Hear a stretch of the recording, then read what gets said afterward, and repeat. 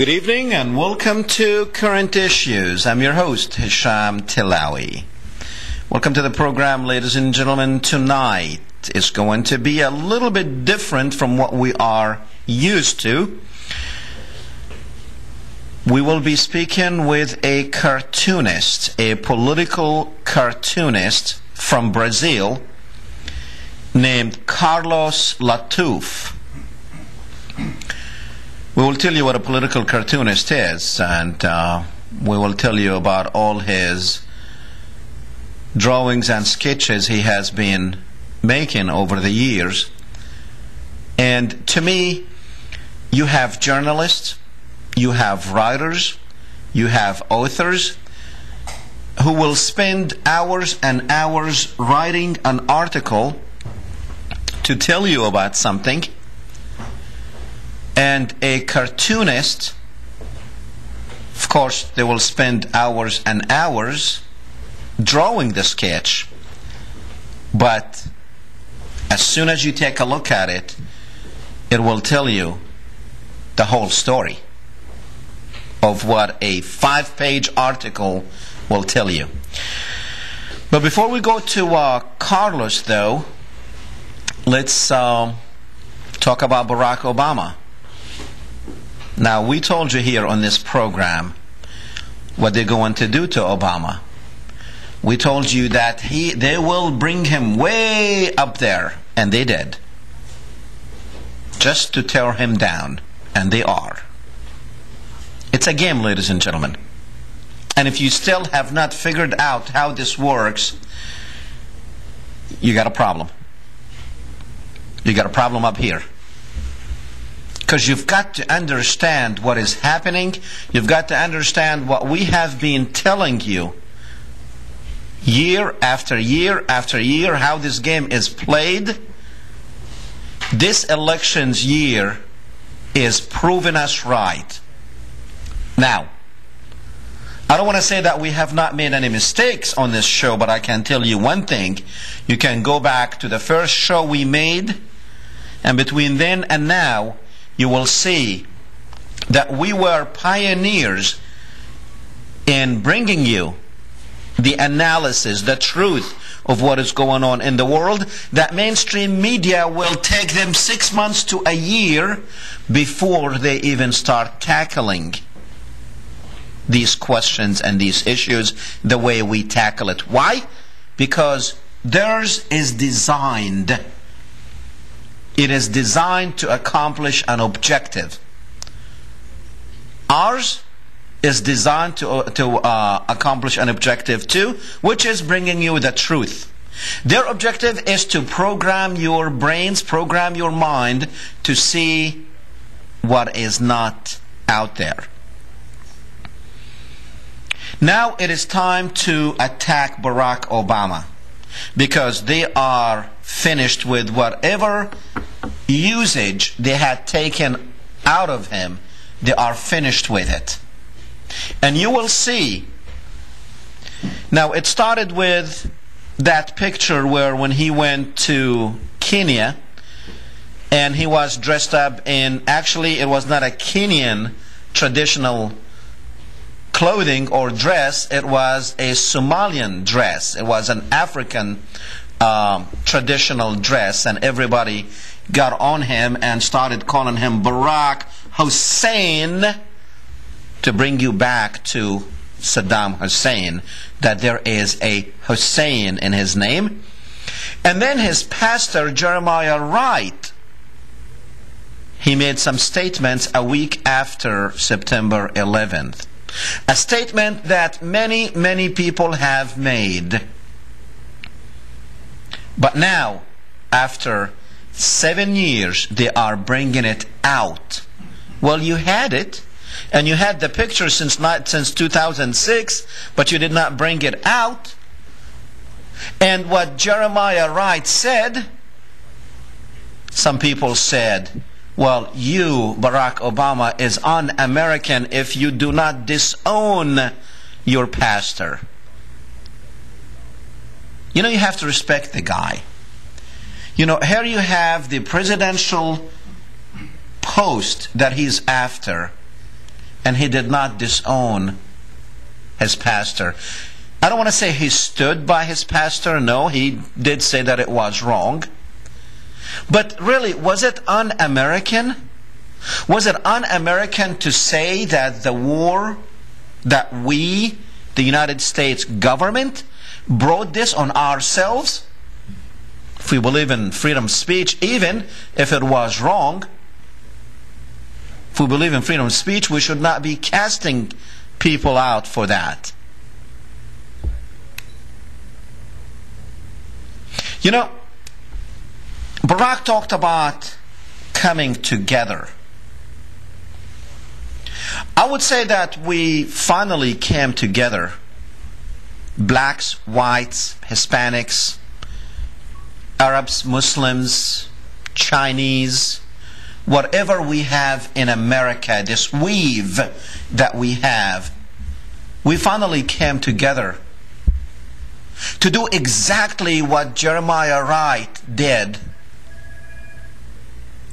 a week after September 11th. We all now are opposing the war. And when I say all, I mean about 85% of the country now, because that's the latest statistics, that 85% of the country does not like the war and thinks that the government lied or made a mistake. It was 85% of blacks, ladies and gentlemen, from the beginning who opposed to the war. But it was 69% of whites who actually supported the war. So in the beginning, the divide was so huge that the majority of blacks in the country did oppose the war. The white people of America came along at a later stage to oppose the war. I agree. My country, right or wrong, I agree. And we have to defend our country, right or wrong. But does that mean, just like if you have a son, one of your children who is on the wrong path, you're not going to hate him, you're going to fight for him to get back on the right path. Now, what is so wrong with criticizing your child to bring him back on the right path? And that's what Jeremiah Wright has done, and he was called un-American and someone who hates America. Something that I can relate to. If you have been watching this show from the beginning, you remember the first months and the first days and the first probably couple of years into the war. People called here and referred to me as someone who hates America, someone with an agenda, someone who is un-American. Now, ladies and gentlemen, you can say that 85% of the country is un-American. I respect Barack Obama for what he did, standing up for what he believes in, even though he did not agree with his pastor, or maybe he said that for political reasons, which I believe he did. The point is, if you believe in freedom of speech, and if you believe in freedom, period, it is not un-American to criticize the actions of the government. As a matter of fact, if you are a patriot, if you want to know the highest degrees of patriotism, is dissent. There's nothing wrong with dissent. Dissent brings people back on the right track. As now, white, blacks, browns, yellow, red, all the colors in the country are coming together to say no to this war. A war that Jeremiah Wright said no to from the beginning. I'll tell you what, let's go to the phones and then we will come back to our guest who is waiting. But let's go with David on line 1 and then we will come back to Carlos Latuff. David, go ahead. Yes, sir. Your remarks about Jeremiah Wright, okay, his remarks refer to hatred to white people. Tell me what he said about hatred to white people. I'm not talking about. I'm talking about remarks that about Hillary Clinton has never been called an N. Okay, that's not the remarks that I'm making a comment on. I'm making comment on the remarks that he made after September 11th that that the media is trying to destroy Barack Obama for. Now, if he made other remarks, David, I did not hear them, and if I did, I'm sure I will comment on it. I will, and there's nothing wrong to disagree with people on those remarks. Okay. What did he say? I did not catch that one. What did he say? It's about racial issues, about slavery, you know, and believe me, I'm a white individual, and I don't believe slavery is right. But I take issue when blacks will condemn a simple Confederate flag, but yet they will stand behind an African flag where the enslavement began. Okay. David, to tell you the truth, I am not ready to actually get into that, not for any reason than just not prepared. I understand that. Yeah. I really like your program because you will speak the truth. Thank you. And I do watch you, and I apologize. I caught probably the last 3 minutes of this, and I heard you,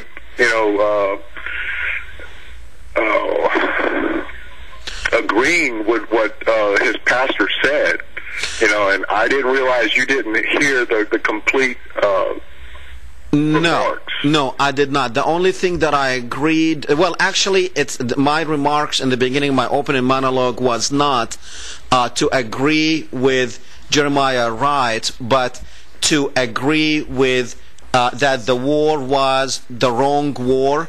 And basically, I agree with that. Yeah, that's basically what I agreed with, and I did not hear the whole thing. I apologize that I did not. David, I appreciate your call and appreciate your support. I thank you for your time, sir. Thank you, sir. Bye-bye. Okay, let's go to Mike on 2. Mike? Yes, I'm Yes. calling concerning the... Hello? Yes, you're on. You are on? Oh, okay, I'm on. I'm calling, about the deal with Obama, pastor. Okay. I believe that what he said was the truth. I totally agree with him. But being that he was a pastor, perhaps he shouldn't have said what he said. Tell me what you disagree with him. What is it that he said that you don't agree with? Well, what he said concerning, what I agree with is the idea when he called it, Hillary was never called an N, and when he said a cab in New York never whizzed by Hillary because of a color of her skin, and which is the truth. But being that he was a pastor, his tone should have been lowered.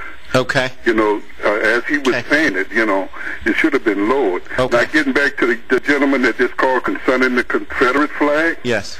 The Confederate flag to black people mean hate. When black people stand behind our colors, that's for love and respect. Okay. Mike, I appreciate your call, but I promise you guys, we will tackle that issue one day. But today, allow me to let you go now, and because today I have a completely different things to discuss. Okay. I just wanted to comment on the Barack Obama thing in the beginning. Yeah, but the media studies hurting him. Yes, okay, definitely. I appreciate it. Okay. Thanks. Okay, ladies and gentlemen, please do not call regarding the Barack Obama and the Confederate and the African and all that stuff, because that's not what we want to talk about today. We have a whole different program. If I knew that, I would have just made this program to tackle those issues, because we're going to have to tackle some of these issues one day or another. But But I'll tell you what. Let's go ahead and sometimes you read an article, and this is exactly what we want to talk about today. We are going to show you some of this gentleman's work about political issues, about the war, about what is going on in the world, and sometimes just by looking at what these cartoonists have to show you, you will understand the whole thing, and you will understand like what books could not make you understand. Just by looking at one drawing, one sketch, you will get it. Now, the first that I heard of Carlos Latuff, it was probably about a month ago when Israel was... Now, I've seen some of his sketches before, but I really never paid attention to it until I saw this one.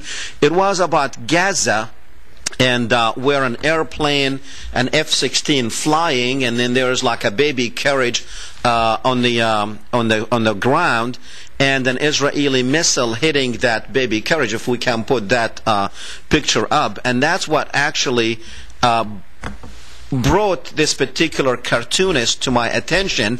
And then when I started looking at his drawings and at his sketches, that's when I figured out that, you know what, this is a writer, this is an author, this is a political analyst that really does pretty good job at letting people understand what it takes us an hour just to tell you something, and we can't even you see, the eye sees millions of objects, and the brain actually you analyze things much faster than when you hear it or when you read it.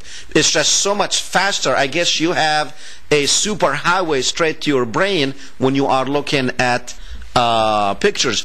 If we can put that picture, please, the one that says it's yellow and it says Gaza, and it's yellow. It's the only one yellow. If we can put it up now, please. Okay. Yeah, this one here is what really caught my attention, because that's exactly what was happening, ladies and gentlemen, at that time. Israel was bombarding Gaza Strip, and many children. They killed about 120 people in about 4 days. 1/3 of those people were children. Some of them were infants. So I saw this one, and it's like this particular poster, this particular cartoon actually says the whole thing. Now, without any further ado, please allow me to welcome to the program Carlos Latuff, who is talking to us, speaking to us from Rio de Janeiro in Brazil. Carlos, welcome to the program. For your interest in my work, and thanks for your attention of your audience. Yes, sir. Now, I wish I can speak Portuguese. I'll talk to you in Portuguese, but I don't speak Portuguese. So we're going to try to do it in English. That way, I'll understand you, and our viewers will understand you. Carlos, tell me something. I mean, how did you get that? Apparently, you do have a talent. Just a second. Can I give 2 cents on Barack Obama? You're discussing about Obama. Sure, go ahead. As someone living in third world, there is no difference between Democrats or Republicans. But there is no difference, no matter if Democrats or Republicans.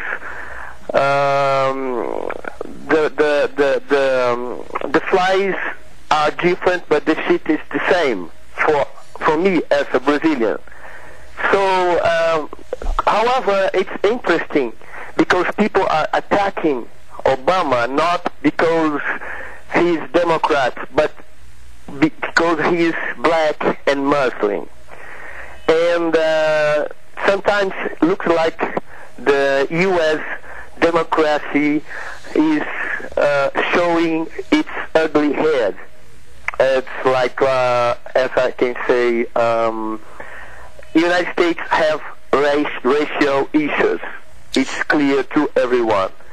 So let's see if Obama wins the presidency, if he will be one, just another, as Malcolm X used to say, another Uncle Thomas. Let's see. Okay, very good. Tell me, Carlos, how did you get most of your drawings and sketches is basically about the war and about what's going on in the Middle East, and you are very good at making people understand the issues just by some of your drawings. How did you get into this? Dr. Tillawi, I was in West Bank in 1999, invited by a Palestinian NGO, human rights NGO called Palestinian Center for Peace and Democracy. And in that time I made a cartoon where a Jewish settler shot at the back a Palestinian. And there was a saying like, stop the hunting season. And I sent this drawing to this NGO. They liked it a lot and invite me to go to West Bank to see the reality of Palestinians by myself. So I spent there something like 15 days, visiting Ramallah, visiting Hebron, and other cities, Palestinian cities, talking to ordinary people, seeing how people live under occupation, talking to people, Israeli activists in Jerusalem. So I got a more realistic and better picture about the occupation in Palestine. And when you check these facts by yourself, when you see how the Palestinians live under occupation, there is no way for you. You cannot stop supporting the Palestinians. You become instantly a supporter of Palestinians, because if you have a soul, you cannot see such situation and don't feel yourself hurt. So there was no choice for me than to become a supporter of Palestinian human rights and struggle. Okay. I hope my English can be understood. Your English is perfect. Believe me, it's a lot better than a lot of people out here. So thank you very much. You're speaking fine, and I'm sure people understand what you are saying. Now, were you always? I mean, you said back in 1999, but before, I mean, were you always like into politics? Were you political? Did you write articles or political articles, or was this like the first time back in 1999 that you really got involved in this? I used to be a political cartoonist working for local trade union papers, workers' unions papers, leftist. Okay. And I'm involved with politics international and local, Brazilian, South America, etc. But before 1997, I was what you can call just a professional cartoonist with no personal involvement in politics. I used it to make political cartoons, but not a personal involvement with politics. Now, Carlos, let me ask you something. We're going to show some of your work, and then I'm going to ask you to briefly just tell me why did you draw these particular ones. For instance, we are looking at one now. I guess it was during the Lebanese war back in 2006 when Israel bombed Lebanon. You have an Israeli holding a bomb or cluster bomb, little Lebanese children, and then you have Uncle Sam very much happy and clapping. Can you tell me why we know why Israel was bombarding Lebanon. But why do you think that Uncle Sam, or, you know, signifies the United States, was happy to see that? Can you tell me? Sure.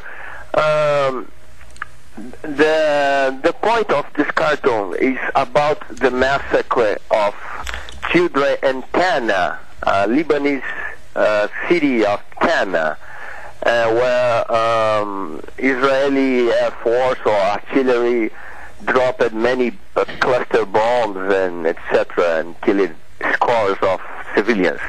The point of putting the Uncle Sam is because the military and economic assistance of the United States to the state of Israel to carry on its war of aggression, not only against Lebanon, but also against Palestine, and now against Gaza. Okay. Now, very quickly, the next one we're looking at is Gaza in red. I guess people are swimming in a swimming pool of blood. You have the United Nations serving drinks. You have... tell me about that one. Yeah. That one have, again, the Uncle Sam having fun with all the blood of the Palestinian people, and the guy with the towel is Olmert, the the prime minister of Israel, and of course, United Nations have no real power to prevent or stop this carnage. And the guy that is sunbathing, that's the world, basically don't care. Yeah. The world simply don't care, and not exactly the world, but the West, the Western world. And the United Nations is like a servant of the interests of the United States and Israel. That's the point of this cartoon. And some conservative Jewish Zionists use it to say this cartoon is anti-Semitic because he, according to them, it's playing the blood libel. The blood libel. Okay. Now, let me. Okay, what we're looking at now is the World Trade Centers with a boomerang hitting it. Is that what are you saying there? It's clear. The 9/11 is a result of the long-term foreign policy of the United States. The longer record of invasions, wars, occupations by the United States. But I will tell you something. Sometimes I think, obviously, we're gonna never know exactly what happened, what is behind the attacks in 9/11. Right. But I will almost say George W. Bush had something to do with this attack. Now, it's not only about Muslim or Arabic terrorism. I don't believe this shit. I think there is something about these attacks related to George W. Bush, because who's gained more with these attacks than George W. Bush? Okay. Who? So, with this one, this particular picture that we're looking at with the World Trade Center, that's exactly what Jeremiah Wright, Barack Obama's pastor, was saying, that we were hit because of what we had done. So that's exactly what he was saying, and that's exactly what you're drawing, saying. Now, let's go to the next one. I remember just one thing. This drawing of the boomerang I made, if I can remember well, in the same day of the attacks. In the same day, few hours later. Okay. Okay. Let's go to the another Gaza cartoon. Okay. The other one is where you have like two Israelis with like butchers, Israel occupation forces in Gaza, and one of them it says, okay, we'll cut the power in Gaza, what's next? The other one says, we'll cut heads. Yeah, yeah. I guess that one is just self-explanatory. Yeah, definitely. But you know, sometimes people imagine, if the Israelis are carrying on an Holocaust against the Palestinians, where are the gas chambers? Where are the concentration camps? Of course, Israeli is not exactly the Nazis. I mean, they are not so stupid to building gas chambers, but they prefer to killing Palestinians in a more, how can I say, low-profile way. Okay. So we can expect gas chambers. It will be too much stupid. It will bring too much international criticism.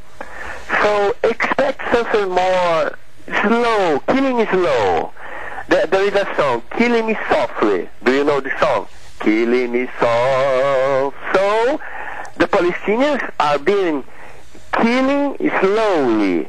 So you drop a bomb today, another tomorrow, you kill some score today, another day, and you repress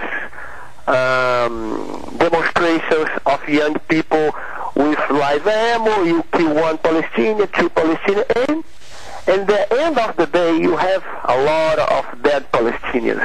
So Israeli forces are more smart than the Nazis.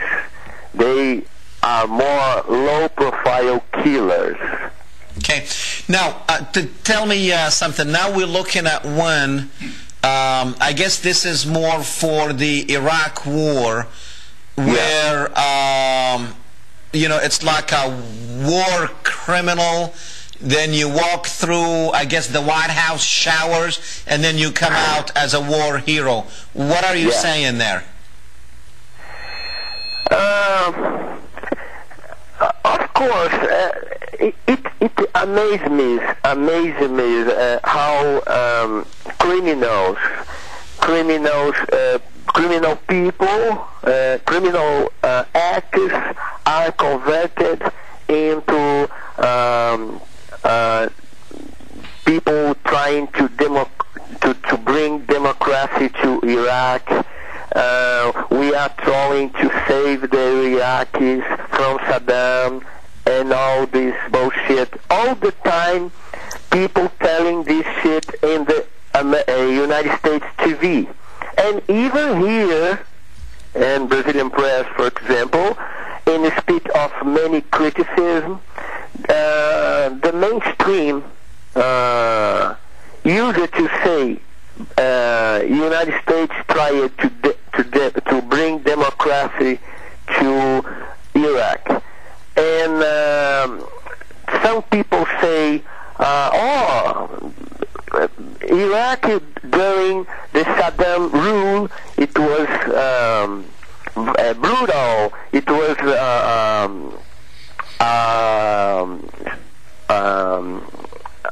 more, how can I say, more closed regime, more violent, etc. But what people cannot see is key. Before the invasion of the United States, okay. You know, we didn't have, for example, suicide bombers.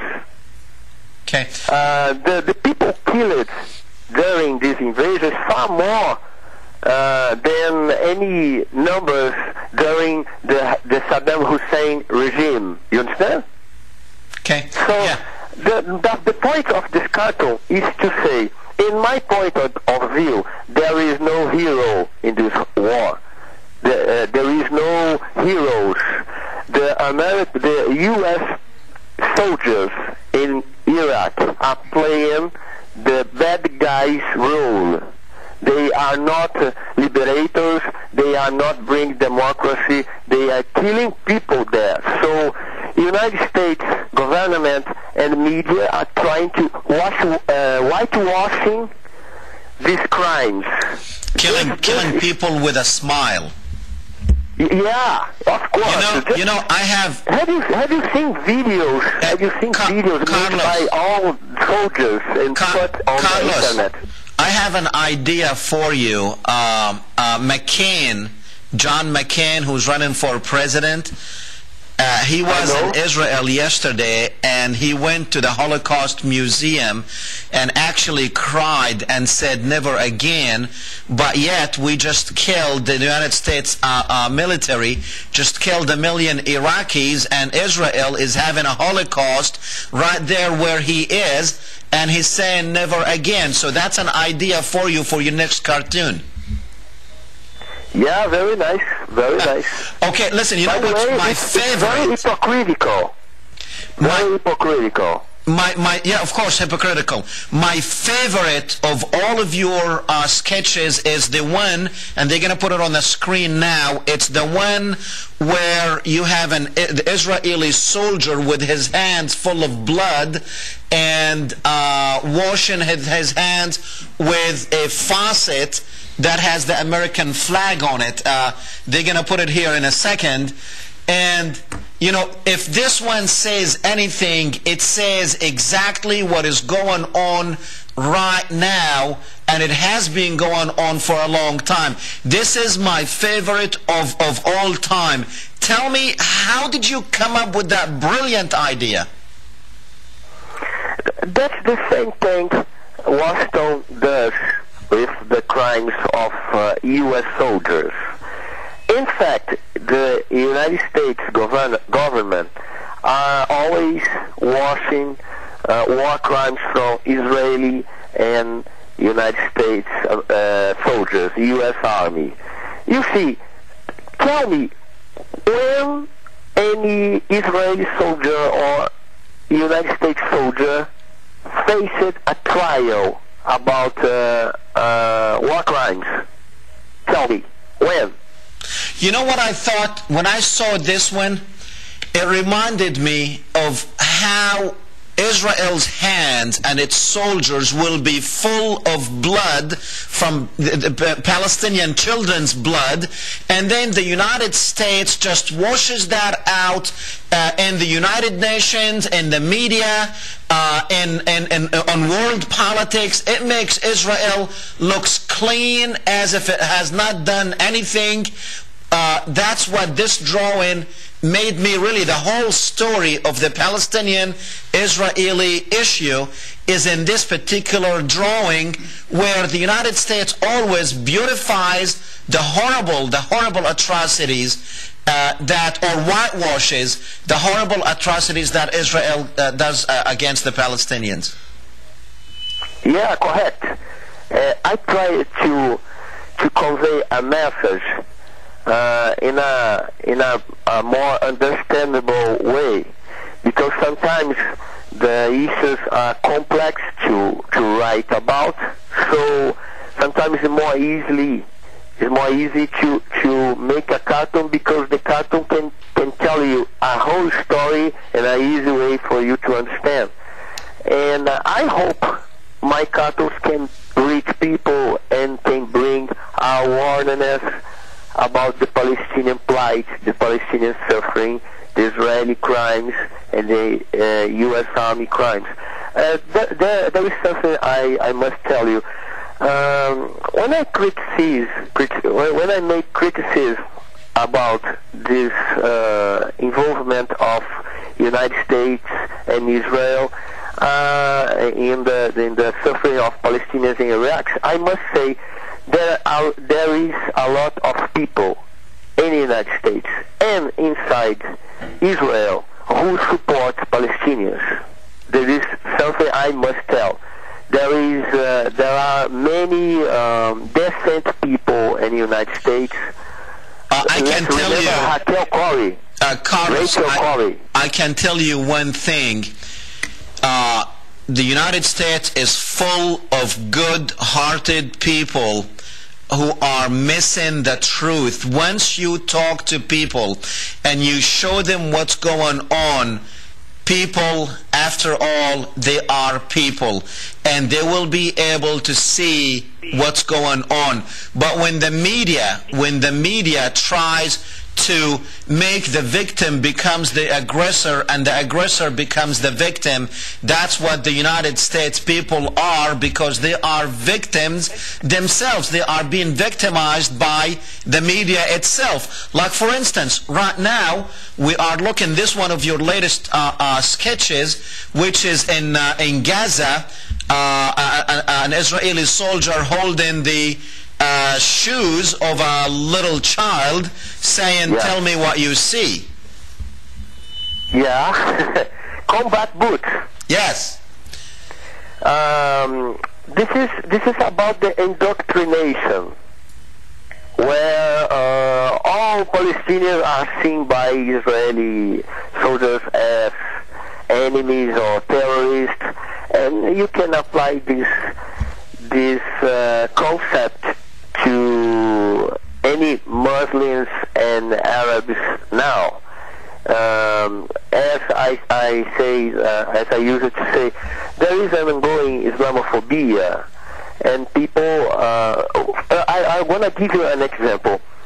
If you check Google for Holy Quran, if you just search Quran in the Google images, and you see a lot of images desecrating the Quran. For example, a Quran with a head of a pig, or a Quran in the flush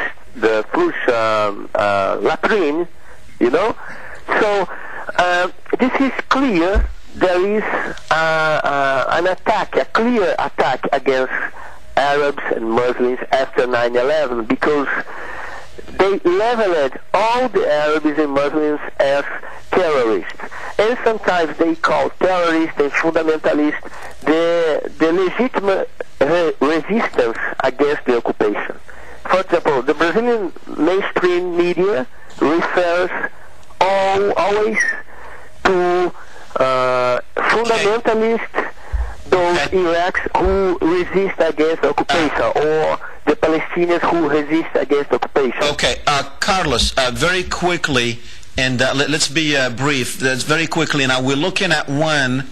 It's a sketch. It's in Arabic. It says "La takun abdan dalilan al-muhtal," which means, in Arabic, it means don't be a slave for the occupier. Yeah, where United States soldier is actually, you know, with, holding the chain of an Iraqi soldier. Is that how you see it? You think that the Iraqi army is nothing but enslaved for the United States? Yeah, definitely. It's like the South Vietnamese army serving the U.S. troops during the Vietnam War. In fact, the United States is playing the divide and conquer game in Iraq. They are they took advantage of historic differences between the Sunnis and the Shias. They use it to divide Iraq in order to control it more easily.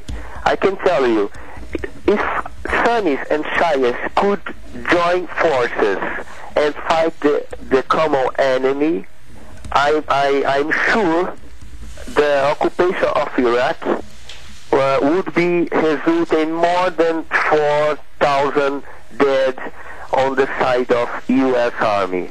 And the same applies to Palestine. It's a shame to see brothers fighting brothers, Hamas fighting Fatah. I know Fatah have a long record of corruption and collaboration for the U.S. and Israel, including trying to withdraw, to make a coup d'etat against the Hamas, the democratic elected government of Hamas. Okay, I know about that, but it's not time to divide. It's time to be united. The Arab people must to be united.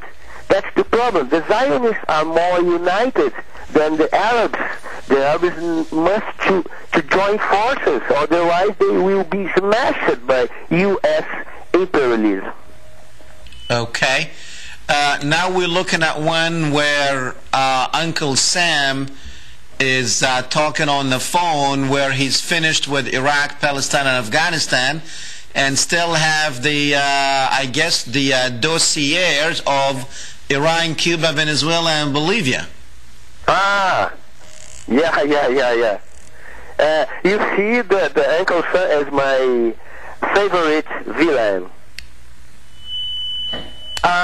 This drawing have to do with foreign policy, U.S. foreign policy. Of course, Palestine, Iraq, and Afghanistan are not finished yet. The resistance is there. The resistance is working.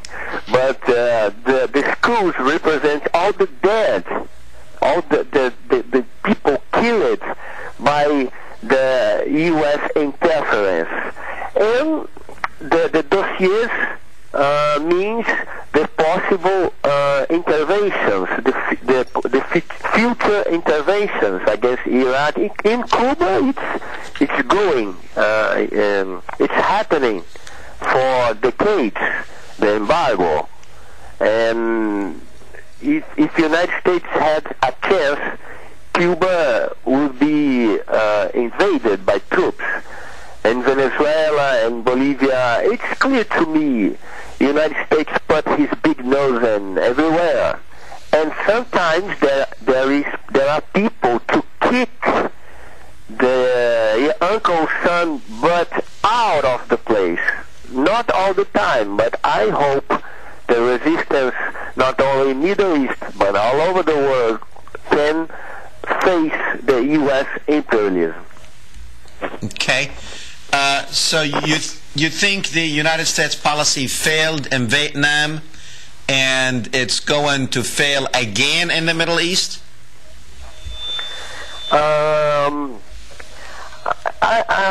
It's clear to me like a bright day, because the Viet Cong, when I see pictures of the Viet Cong, those people from the peasants, the people from rural areas, they have no technology, no modern equipment, but they were able to face the U.S. troops with modern weapons and tanks and helicopters and napalm and all this stuff. So when I see the Iraqi resistance, Iraqi guerrillas, I see many similarities, because they are defending the land against external aggressor. So there is no way for you to put them in their knees. There's a sketch where you're comparing what is going on in Palestine, where the Israeli occupiers came from Europe, and then what happened in America when the Europeans came to the United States. And what is the correlation there? I think this cartoon deals with occupation, basically occupation. And when I see, for example, these Cassan's rockets, handmade rockets, and compare it to the high-tech missiles imported from the United States, it's disproportional, the reaction from Israel. It's disproportional. And when I decided to make this cartoon, I tried to make the same relation. I mean, the Indians with arrows, the occupier with a rifle, and the Israeli soldier with all the war machines sponsored by the United States, and a handmade rocket. Launched by Hamas. All right, Carlos, now we're looking at one where the American eagle is taking a big chunk it's sitting on top of the world, and what are you saying there? Dr. Tillawi, if you don't understand what I say, please tell me, okay? I'm sorry? If you don't understand what I say, please tell me, because sometimes I think... No, we understand everything you're saying. Yeah, we understand everything you're saying. Okay. This cartoon I made about the U.S. imperialism attacking the South America. This is for an article for one of those trade union papers I told you so. Okay. Now, there is one where a Palestinian child, and there is a big fence, and it says Palestine denied to Palestinians. Yeah. I guess it's very much self-explanatory. Yeah, but there is something I like to tell you. I represented the Israeli flag like a barbed wire fence, right? Right, yeah, I see that. It is the Israeli flag, yes. Yeah, but there is something very important to tell you. My detractors accuse me of being anti-Semitic by using the Star of David in my cartoons. Because the Star of David is representing the Judaism. You understand? You get it? Yes, yes. But the problem is that the state of Israel use religious symbols as government symbols, the symbols of the state of Israel, political symbols. So the flag of Israel has the Star of David. The symbol of the Knesset is a menorah. Carlos, very quick, because we don't have much time left, but there's a cartoon here saying poor die first. You're comparing Katrina. There's a black man, and also in Iraq. Are you saying that? Tell me very quickly, in like 20 seconds, what are you saying that? Is that how the world sees the United States? Yeah, I think in both in any wars, the poor die first, and I specifically made a black guy dead because in Katrina it was clear to me the black people was more affected, and perhaps because mostly of victims were black, the Washington didn't give them too much attention. Okay.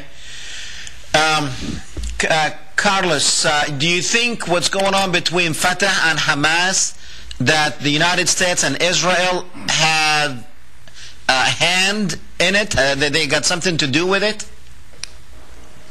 Of course. United States, you want to know if United States has interference between the two?